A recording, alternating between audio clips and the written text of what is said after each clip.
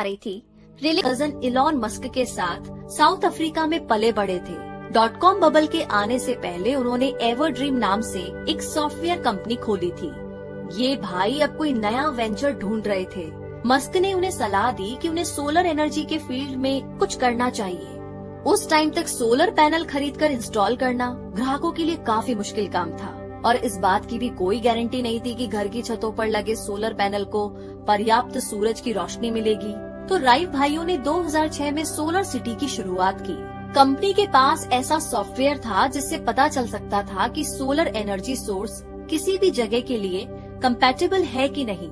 Solar panel install करने के लिए सोलर सिटी के पास एम्प्लॉइज की एक टीम भी थी। इसके अलावा पैनल्स को मंथली फिक्स रेट के हिसाब से किराए पर लिया जा सकता था। तो मस्क इस सोलर सिटी के सबसे बड़े शेयर होल्डर थे, जिनके पास कंपनी का 30% हिस्सा था। 6 साल के बाद सोलर सिटी यूएस की सबसे बड़ी सोलर इंस्टॉलर बन गई। घरेलू इंस्टॉलेशन से शुरुआत करके ये अपनी सर्विसेज अब बड़ी बड़ी कंपनीज जैसे कि वॉलमार्ट और इंटेल आदि को देते थे। साल 2012 में सोलर सिटी एक पब्लिक कंपनी बन गई और 2014 में इसकी नेट वर्थ $7 बिलियन तक पहुंच चुकी थी।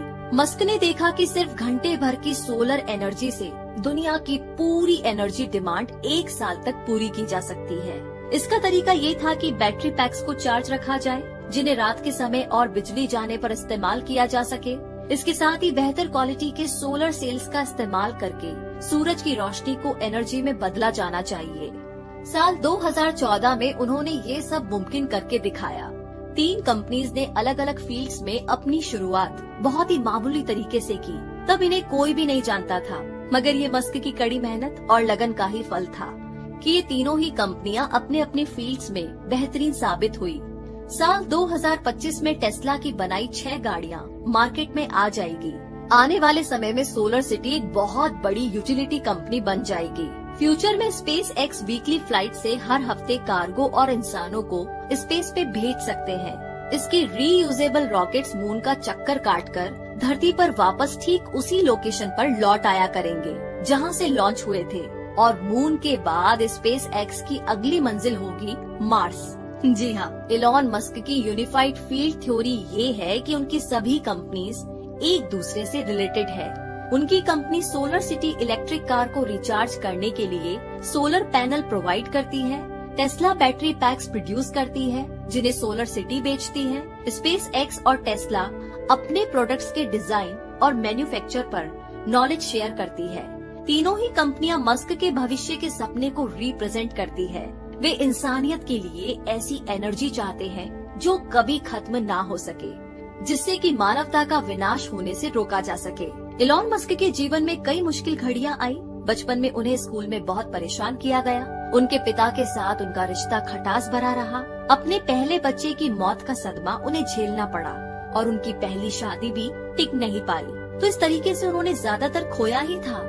उनकी कंपनी बर्बाद होते होते बची थी। प्रेस उनकी निजी जिंदगी और नाकामी को लेकर हमेशा उन्हें बदनाम करता रहा, लेकिन इन सब के बावजूद इलॉन मस्क ने हार कभी नहीं मानी। वो अपने रास्ते पर चलते रहे और अपने सपने को पूरा करने की कोशिश में लगे रहे। इलॉन मस्क वीकेंड्स पर भी काम करते थे और यही वो अपने एम्प्लॉय से भी चाहते थे। एक ऐसा समय भी आया जब वो तलाक के बाद जस्टिन के साथ साउथ अफ्रीका घूमने गए। वहाँ उन्हें मलेरिया हो गया और उन्हें 10 दिन तक आईसीयू में रहना पड़ा था। इस बारे में मस्क ने कहा कि मैं मरते मरते बचा हूँ। छुट्टियों के बारे में मेरा यही विचार है कि छुट्टियाँ जानलेवा हो सकती है। तो इसी के साथ दोस्तों, इलॉन मस्क की ये बायोग्राफी यहीं पर समाप्त होती है। एंड आई होप कि आपको शुरुआत के उन सारे सवालों का जवाब मिल गया होगा। तो आप भी डिसाइड कर सकते हैं कि अगर इलॉन मस्क इतना कुछ सहकर इतना कुछ कर सकते हैं और इवन अभी भी कर रहे हैं, रुकने का नाम नहीं ले रहे हैं, और आई एम श्योर कि जब तक जान है तब तक नहीं रुकेंगे, तो हम तो शायद बहुत कुछ कर सकते हैं।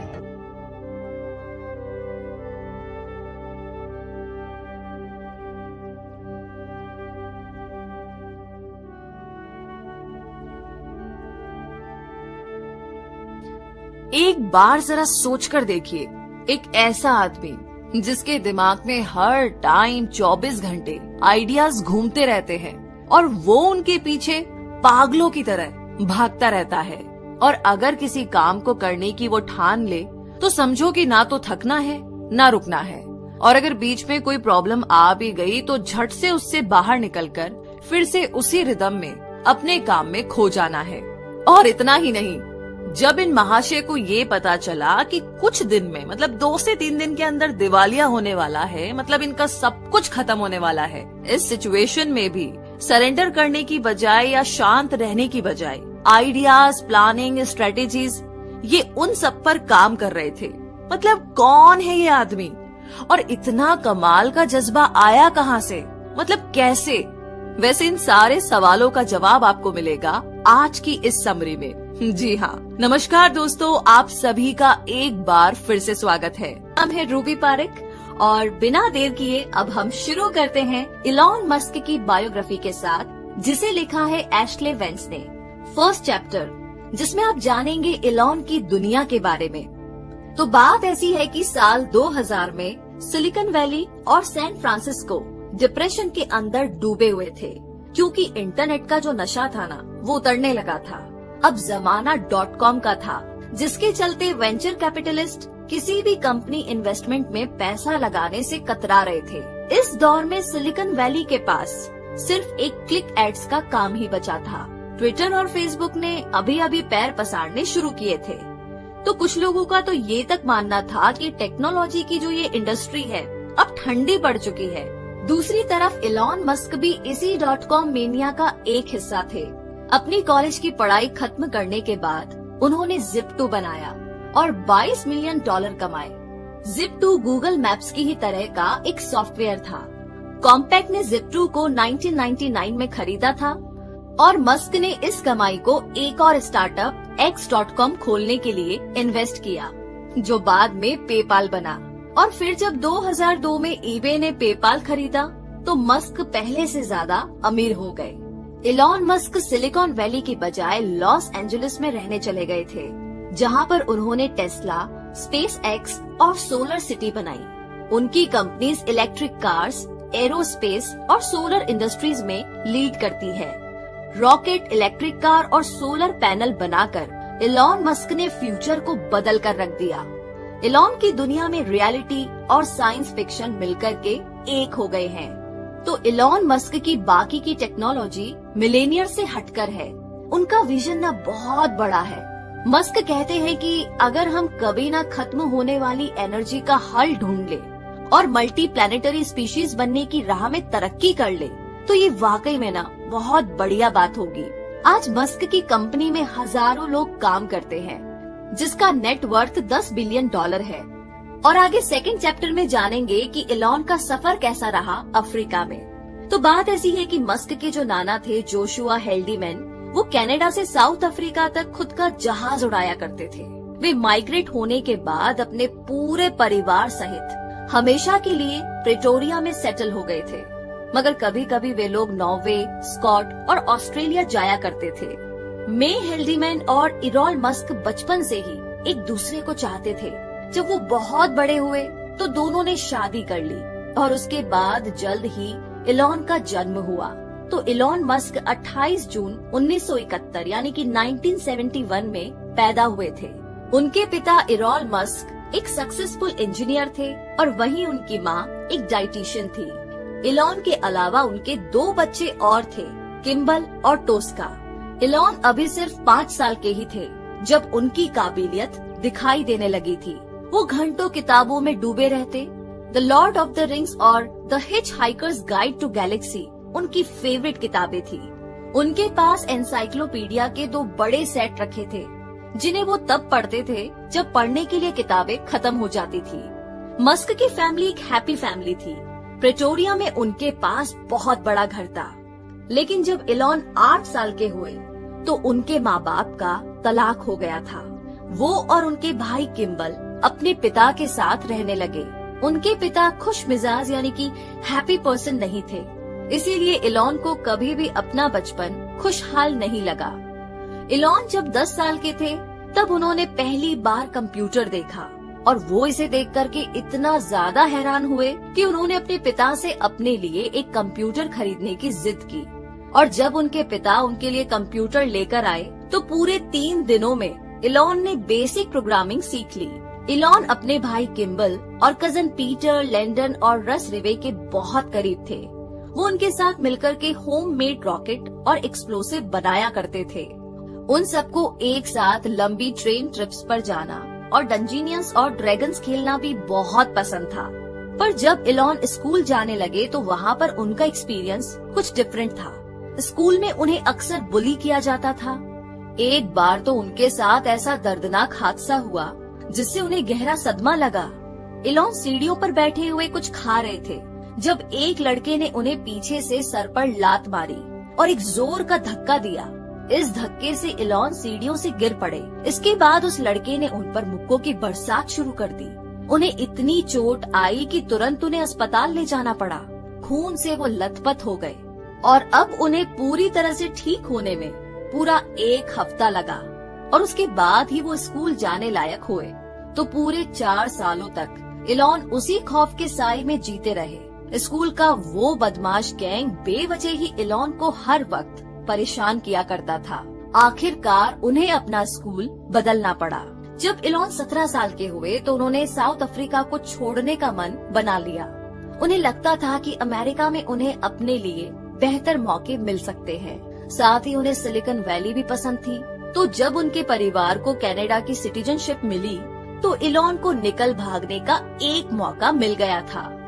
तो इसी के साथ 3rd चैप्टर में हम जानेंगे इलॉन का सफर कनाडा में कैसा रहा। कनाडा में अपने शुरुआती दिनों में इलॉन मस्क को काफी मुश्किलों का सामना करना पड़ा।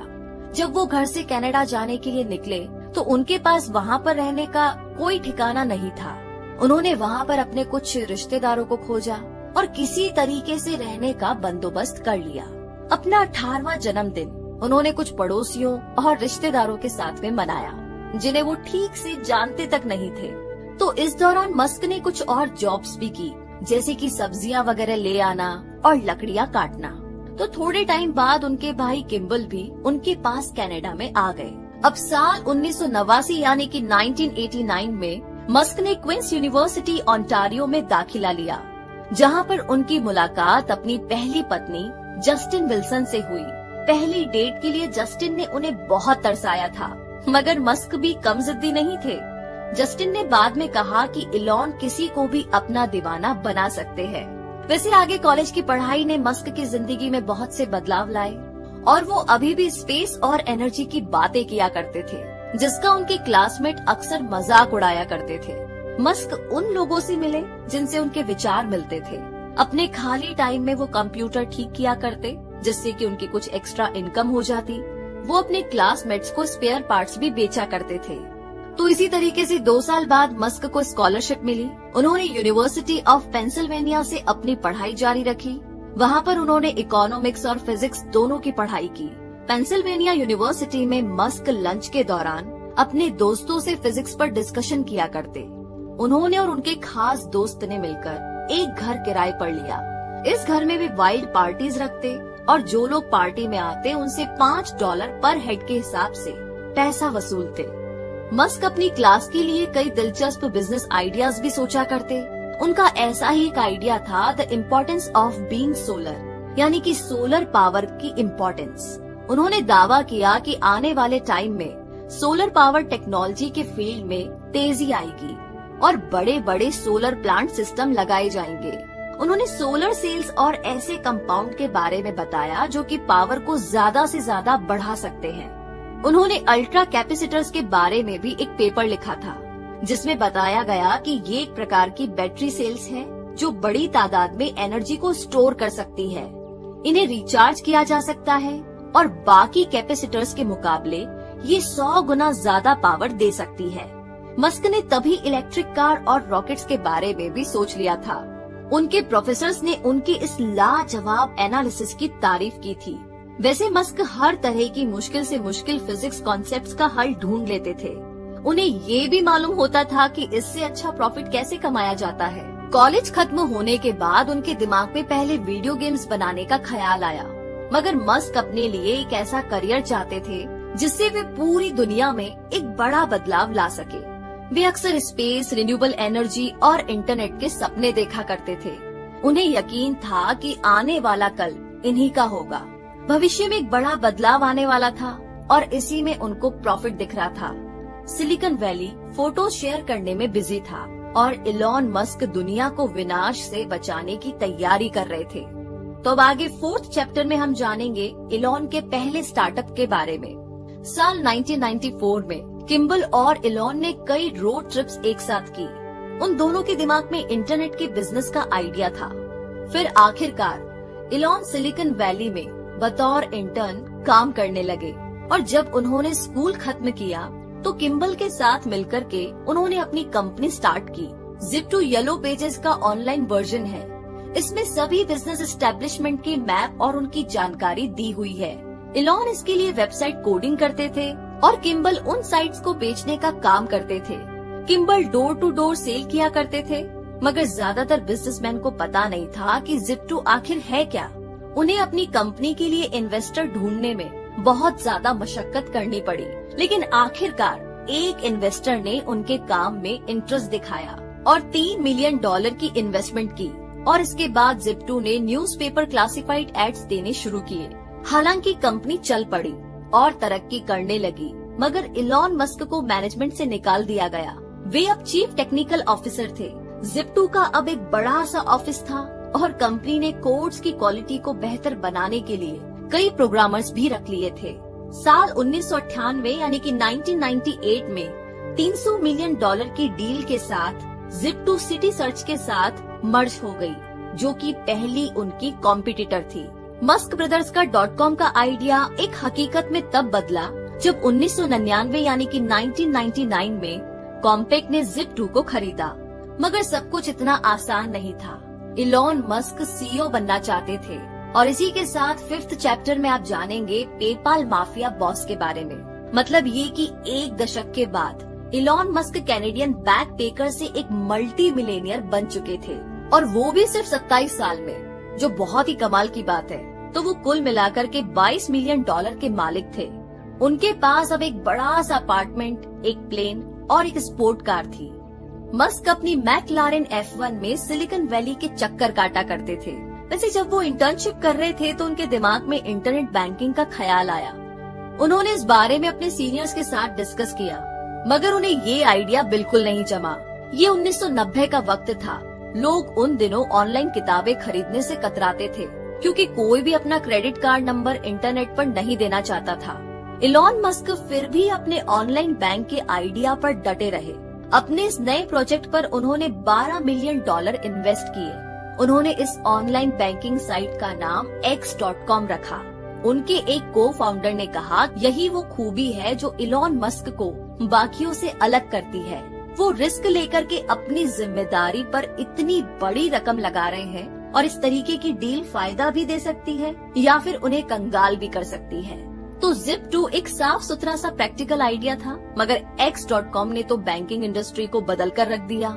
इलॉन मस्क इस बिजनेस में सिर्फ अपने पैशन को लेकर उतरे थे। उन्हें लगता था कि बैंकर्स का तरीका बिल्कुल गलत है और वे उनसे बेहतर कुछ कर सकते हैं। तो इसी तरीके से इलॉन मस्क ने Zip2 को एक फायदेमंद इन्वेस्टमेंट के रूप में कैपिटलिस्ट के सामने पेश किया।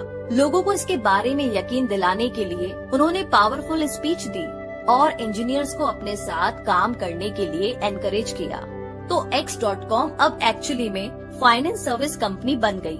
इसमें banking license, mutual fund license और FDIC इंश्योरेंस जैसी सुविधाएं मौजूद थी।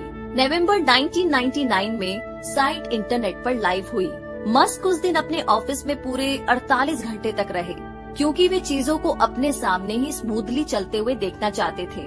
X.com ने क्रांतिकारी पेमेंट इजाद किया जिसे पेपाल नाम दिया गया। इसमें किसी को पैसे भेजने के लिए सिर्फ उसका ईमेल एड्रेस ही काफी था। कुछ महीनों के अंदर ही पेपाल को 2 लाख क्लाइंट्स मिल गए।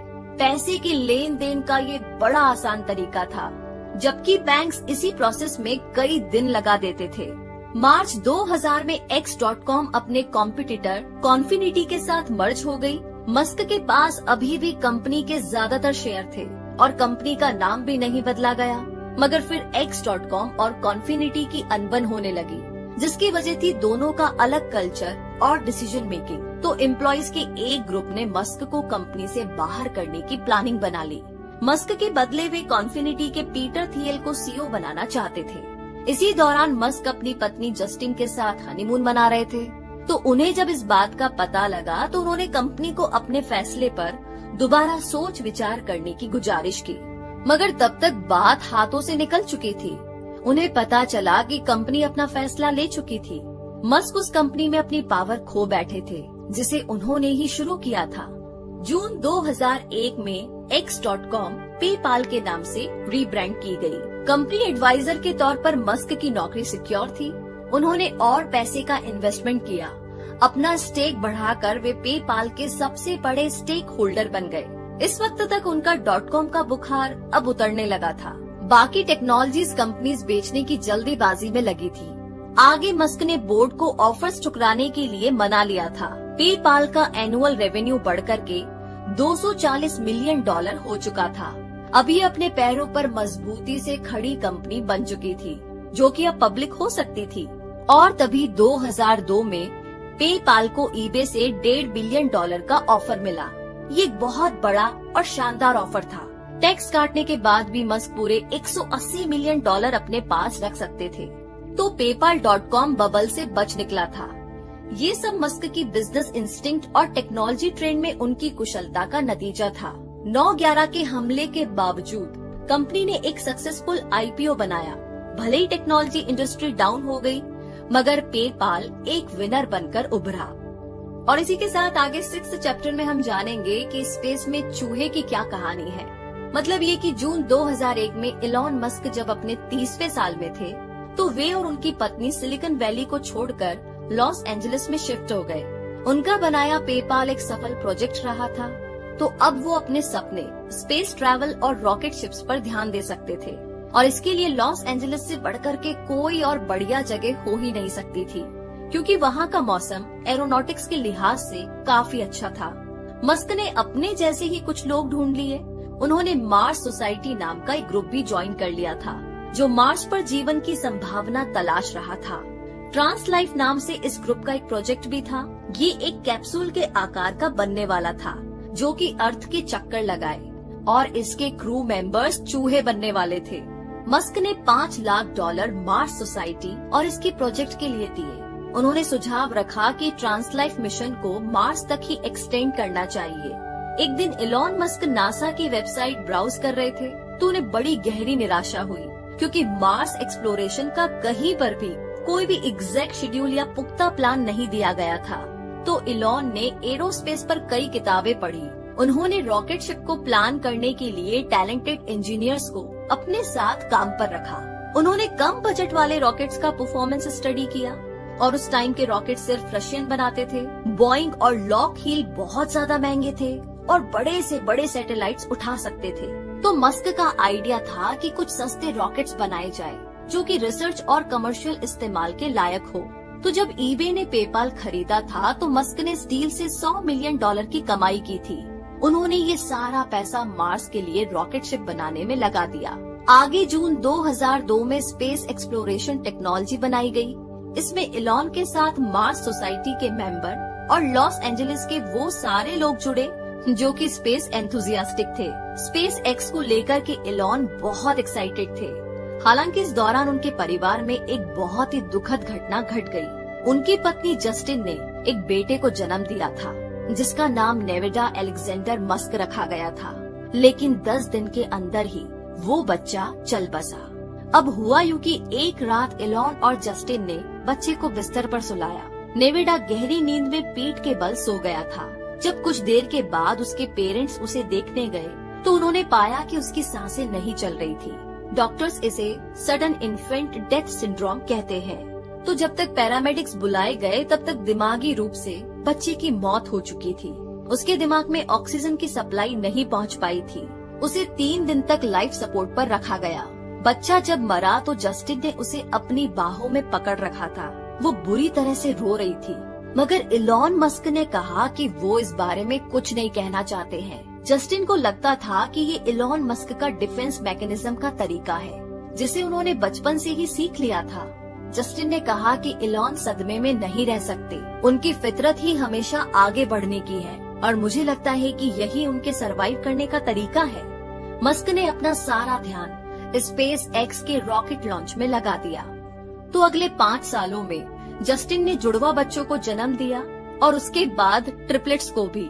तो मस्क ने कहा कि मैं इस बात पर यकीन नहीं रखता कि मुझे बहुत ही दुखद घटनाओं के बारे में बात करनी चाहिए, क्योंकि ये किसी भी तरीके से हमारे फ्यूचर को नहीं सुधारती। तो अगर आपके पास बाकी के बच्चों की जिम्मेदारियां हैं, तो बीती बातों पर दुखी होने से आपका और आपके अपनों का कोई भला नहीं होने वाला है। इसी के साथ आगे 7th चैप्टर में आप जानेंगे कि सब कुछ इलेक्ट्रिक कैसे। जी हाँ, साल 2002 की बात थी। एक टैलेंटेड इंजीनियर जेवी स्ट्राबेल ने पोर्श गाड़ी खरीदी।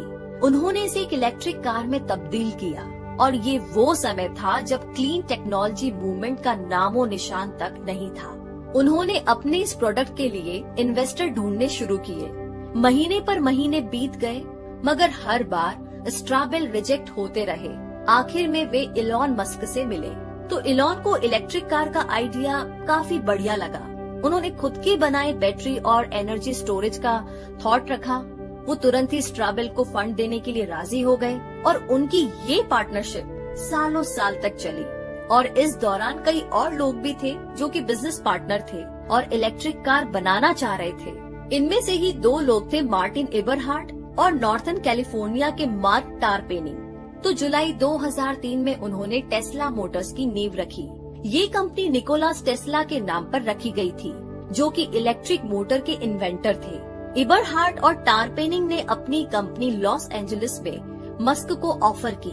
तो वे तीनों ही अमेरिका की तेल की समस्या को खत्म करना चाहते थे और इलॉन मस्क तो वैसे भी हमेशा से ही क्लीन और सस्टेनेबल एनर्जी के फेवर में थे।